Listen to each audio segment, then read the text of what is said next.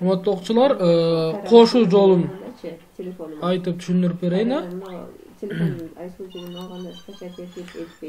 Номер 1147 системаны чыгаргыла дейт.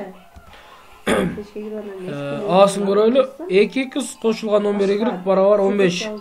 10x минус 11y барабар 9. Системаны чыгарууда биринчи теңдемени экинчи теңдемеге кошуп жиберебиз. Кошуп жиберди кандай кылабыз? Мына x'тар менен x'ти, y'тар менен y'ти кошобуз.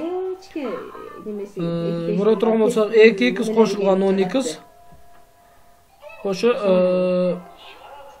11y минус 11y барабар 15 кошулган 9.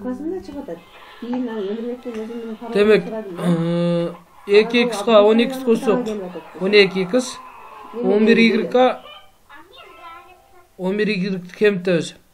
Себеп кошууда бул жерде бирөөсүн алды оң, бирөөсү терс болгондо кемити белгиси аткарылып кетет, билебиз аны.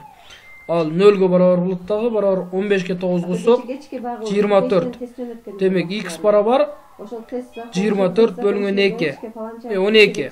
X барабар 2 болсо, x'тин ордуна 2ни коюп чыгарабыз.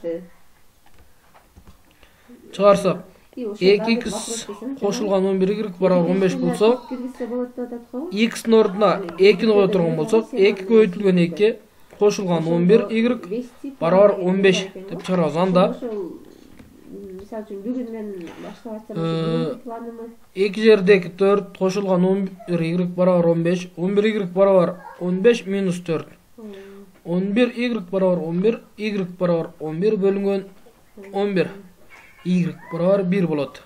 Демек теңдеменин жообу x 2ге барабар, y 1ге барабар болот.